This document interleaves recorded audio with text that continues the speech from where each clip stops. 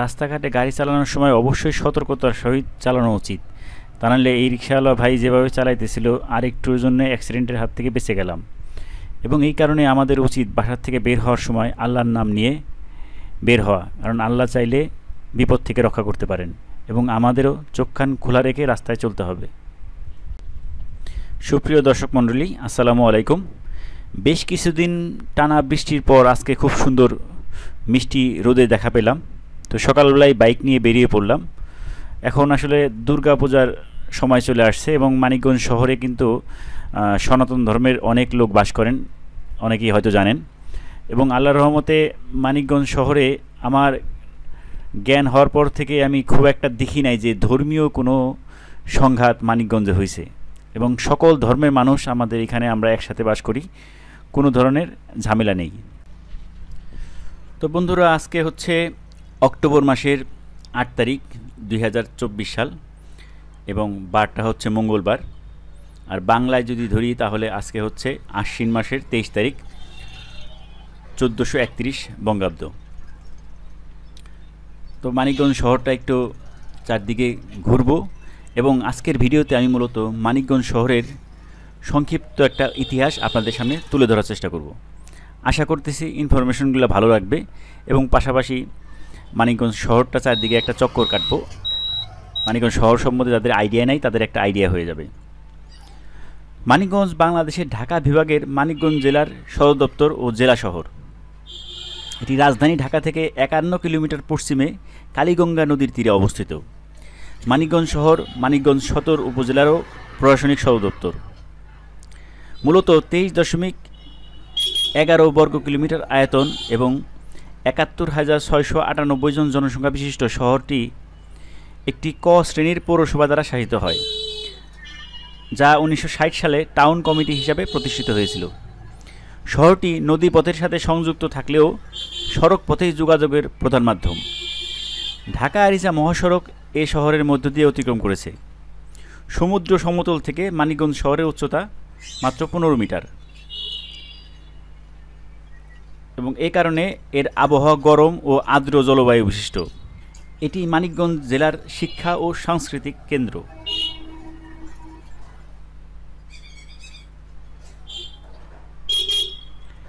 মানিকগঞ্জ নামকরণের ভিন্ন ভিন্ন মতামত পাওয়া যায়। সংস্কৃত মানিক্য শব্দ থেকে মানিক শব্দটি এসেছে। মানিক হচ্ছে চুনি পদ্মরাগ, গঞ্জ শব্দটি ফার্সি। মানিকগঞ্জ নামে কোনো গ্রাম বা মৌজার অস্তিত্ব নেই। 1845 সাল মহকুমা সৃষ্টির আগে কোনো ঐতিহাসিক বিবরণেও বা সরকারি নথিপত্রে মানিকগঞ্জের নাম পাওয়া যায়নি। কিংবদন্তি রয়েছে যে অষ্টাদশ শতকের প্রথমার্ধে মানিক শাহ নামক এক সুফি দরবেশ সিংগাইর উপজেলার মানিকনগর গ্রামে আগমন করেন এবং খানকা প্রতিষ্ঠা করে ইসলাম প্রচার করেন। পরবর্তীতে তিনি এই খানকা ছেড়ে হরিরামপুর উপজেলার দরবেশ হায়দার শেখের মাজারে গমন করেন এবং ইসামতি তীরবর্তী জনশূন্য চরাভূমি বর্তমান মানিকনগরে এসে খানকা প্রতিষ্ঠা করেন। মানিক শাহের খানকাকে কেন্দ্র করে জনবসতি ও মুকাম প্রতিষ্ঠিত হয় বলে এ এলাকার নাম মানিকগঞ্জ হয়। আবার কেউ বলেন দুর্ধর্ষ পাঠান সর্দার মানিক ঢালির নামানুসারে মানিকগঞ্জের নামের উৎপত্তি হয়। মানিকগঞ্জ শহরের এই বেউথা রোডটাতে কিন্তু অনেক অফিস আদালত আছে। তো আমরা এখন যে রোডটাতে ঢুকলাম এই রোডে দুইটা গুরুত্বপূর্ণ অফিস আছে। একটা হচ্ছে শিল্পকলা একাডেমি আর একটা হচ্ছে আঞ্চলিক পাসপোর্ট অফিস। এছাড়া কালেক্টর প্রাইমারি স্কুলটাও কিন্তু এইখানেই আছে। আমাদের মানিকগঞ্জ জেলার কিছু মানিকের নাম আপনাদেরকে এখন জানাচ্ছি।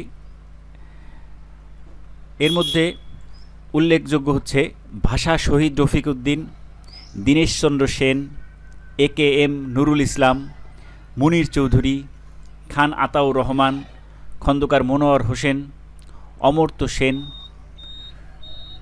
সুমিতা দেবী, মাসুদ আলী খান, মোহাম্মদ মতিউর রহমান সহ আরও অনেক ব্যক্তিবর্গ রয়েছেন। তো আপনাদের সাথে কথা বলতে বলতে দেখতেছি যে আমার এক বন্ধু এই যে পার হয়ে গেল আমাকে পাশ কাটিয়ে, তার ছেলেকে নিয়ে খুব সম্ভবত সকালবেলা মাদ্রাসায় গেল। তো এই দেখেন রিক্সা কিভাবে ক্রস করে। তো এই ধরনের কিছু আনাড়ি রিক্সা চালকের কারণে কিন্তু অনেক সময় অ্যাক্সিডেন্ট হয়। যাই হোক, যে বিষয় নিয়ে আলোচনা করতেছিলাম সেটাতে ফিরে আসে।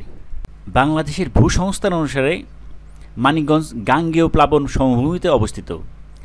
বছরের অধিকাংশ সময়ই এখানে ক্রান্তীয় ভেজা এবং শুষ্ক আবহাওয়া বিরাজ করে।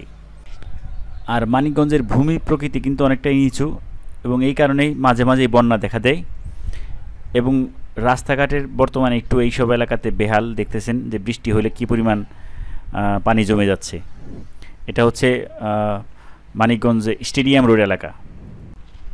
আসলে গতকালকে বিকেলবেলা হঠাৎ করে প্রচুর বৃষ্টি হওয়ার কারণে এই জায়গাটাতে দেখতেছি অনেক পানি জমে গেছে এবং এখান দিয়ে যাওয়ার সময় মনে পড়লো যে এইখানে যে মুসলিম নার্সারি আছে ওই ভাইয়ের কাছে আমার বেশ কিছু জৈব সার নেওয়ার কথা ছিল।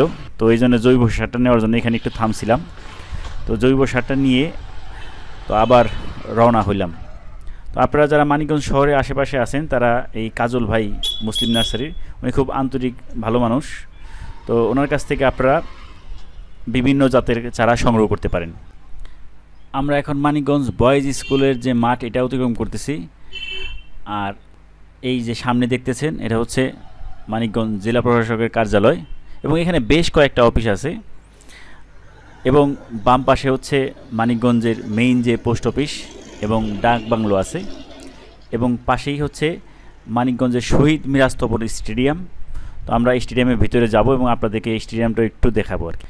এবং এই স্টেডিয়ামের পাশেই কিন্তু মানিকগঞ্জ জেলার টাউন হল অবস্থিত, এই যে বাম পাশে অল্প একটু দেখা যাইতেছে এবং এটা বর্তমানে ব্যবহার হয় না। নিচে হয়তো বা ওই যে শিল্পকলা বা ওরা কেউ ব্যবহার করে। আর এইটা হচ্ছে মানিকগঞ্জের স্টেডিয়াম।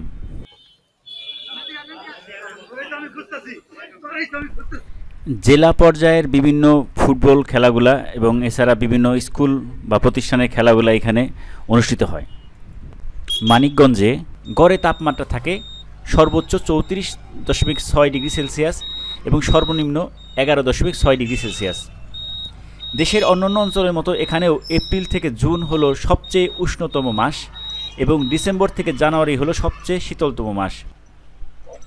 আমরা এখন যে রাস্তা দিয়ে প্রবেশ করলাম এই রাস্তাটা মূলত মানিকগঞ্জ শহরে ঢোকার মেইন রাস্তা বলা হয় এবং এটার নামকরণ করা হয়েছে ভাষা শহীদ রফিকের নামে, অর্থাৎ শহীদ রফিক সড়ক এটা। এছাড়া আরেকটা রাস্তা আছে যেটা দেবেন্দ্র কলেজের সামনে দিয়ে গেছে এবং সেই রাস্তাটার রক্ষণাবেক্ষণের কাজ চলতেছে। এই কারণে ওই রাস্তাটা বন্ধ থাকার কারণে এইখানে প্রচুর জ্যাম তৈরি হয়ে যায় 10টা থেকে বিকেল 5টা পর্যন্ত। তো বাইক চালানোর সময় এই ধরনের কুকুর থেকে সাবধান। তো বন্ধুরা, আজকে আমি মানিকগঞ্জ শহর সম্পর্কে যে তথ্যগুলো আপনাদেরকে দেওয়ার চেষ্টা করলাম বেশিরভাগই উইকিপিডিয়া থেকে নেওয়া। তো ভিডিওটা ভালো লাগলে লাইক, শেয়ার এবং কমেন্ট করে পাশে থাকবেন আশা করতেছি এবং কী ধরনের ভিডিও আশা করেন সেটা অবশ্যই কমেন্টে জানাবেন। তো সবাই ভালো থাকবেন, আল্লাহ হাফেজ।